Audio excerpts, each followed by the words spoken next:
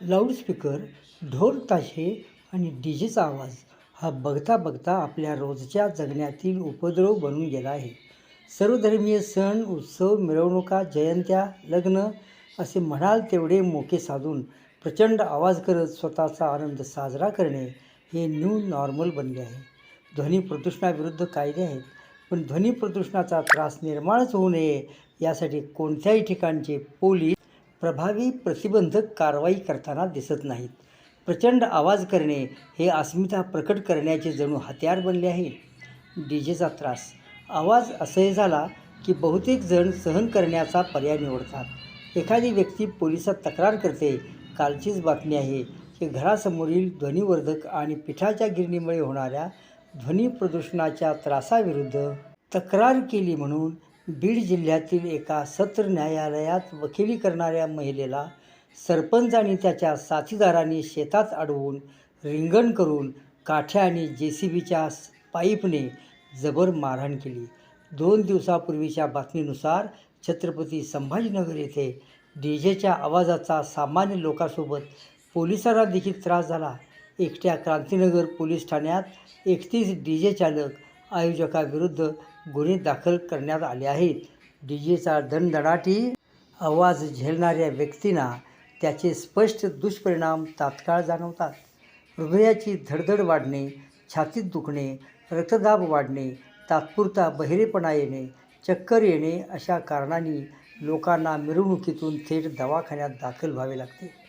कायदेशीर उपाय, ध्वनी प्रदूषणाविरुद्ध कायदेशीर उपाययोजना अस्तित्वात आहेत, परंतु त्यांची अंमलबजावणी होण्याचा प्रश्न आहे. महाराष्ट्रात मी ध्वनी प्रदूषणाची तक्रार कशी करू शकते? हा प्रश्न तुम्ही गुगलला विचारला तर तुम्ही पोलिसांच्या 112 या क्रमांकाला फोन करा असे उत्तर मिळते. या क्रमांकाला फोन केल्यावर कुठल्या भागात त्रास होत आहे याची माहिती विचारून संबंधित पोलीस ठाण्याला ती माहिती कळविण्यात येते. त्यानंतर नागरिकांना वेगवेगळ्या अनुभव येतात. काही वेळा आवाज कमी होतो, काही वेळा थोड्या वेळासाठी कमी होतो व पुन्हा वाढतो, काही वेळा कोणताही परिणाम होत नाही. दुसऱ्या दिवशी परत त्याच जागी तसाच आवाज सुरू असतो. पण पुन्हा तक्रार करेपर्यंत पोलीस त्यावर कोणताही प्रतिबंधात्मक उपाय करत नाहीत. उद्या त्रास झाला की उद्या पुन्हा 112 नंबरला फोन करून प्रयत्न करायचा. 112 क्रमांकाला फोन करणे या व्यतिरिक्त सामान्य व्यक्तीला सहजपणे करता येण्यासारखे पर्याय उपलब्ध नाहीत. वारंवार ताकीद देऊनही ध्वनी मर्यादेचे उल्लंघन होत असेल तर कायद्यात 1,00,000 रुपयापर्यंत दंड आणि 5 वर्षापर्यंत शिक्षा अशी तरतूद आहे. परंतु या कायद्याखाली कोणी तुरुंगात गेल्याचे कधी ऐकलेले नाही. आवाज करणारी यंत्रणा जप्त करण्याची कायद्यात तरतूद आहे आणि खरे तर हा रामबाण उपाय आहे. पण आवाज निर्माण करणाऱ्यांचे विविधांगी उपद्रव मूल्य बघता ध्वनी प्रदूषण नियंत्रणाची उपाययोजनेची जबाबदारी असलेले जिल्ह्याचे पोलीस अधीक्षक किंवा जिल्हाधिकारी देखील यासाठी पुढाकार घेताना दिसत नाहीत. कायदा, न्यायालय यांच्यासोबत राष्ट्रीय हरित लवादाचे देखील आदेश आहेत.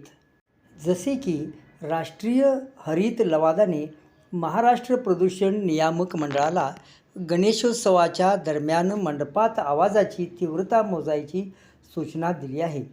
प्रत्येक मंडपातील आवाज मोजून ते आकडे आवाजाच्या मान्यताप्राप्त मर्यादेच्या आकड्यांच्या बाजूला प्रदर्शित करणे यामध्ये अभिप्रेत आहे. पण हे होणार कसे? कोण करणार? प्रदूषण नियंत्रण मंडळाकडे स्वतःची कोणतीही यंत्रणा नाही. शहरात, मध्यम लोकवस्तीच्या गावात किमान हेल्पलाईनवर फोन करण्याचा मार्ग वापरून बघता येतो.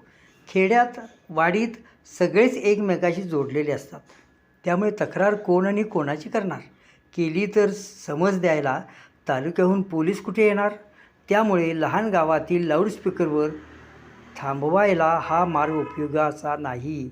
त्यासाठी गावाने एकत्र येऊन ग्रामसभेत चर्चा करून भोंगाबंदीचा निर्णय घ्यायला हवा. नांदेड जवळच्या 15,000 लोकवस्तीच्या बारड गावाने 7 वर्षापूर्वी असा निर्णय घेतला आहे. धार्मिक स्थळ, राजकीय कार्यक्रम, सण समारंभ अशा कोणत्याही कारणासाठी भोंगा न वापरण्याचा गावाचा निर्णय आहे. धार्मिक सलोखा मुलांचा अभ्यास, आजारी व्यक्तींची काळजी या सगळ्यावरच या साध्या वाटणाऱ्या गोष्टीचा सकारात्मक परिणाम होत आहे. 15,000 लोकवस्तीचे गाव हे करू शकते तर लहान गावे नक्कीच असे एकमत घडवून आणण्याचा प्रयत्न करू शकतील. लेखिका मुक्ता दाभोळकर अंधश्रद्धा निर्मूलन पंचायत राज प्रशिक्षण क्षेत्रात कार्यरत आहेत.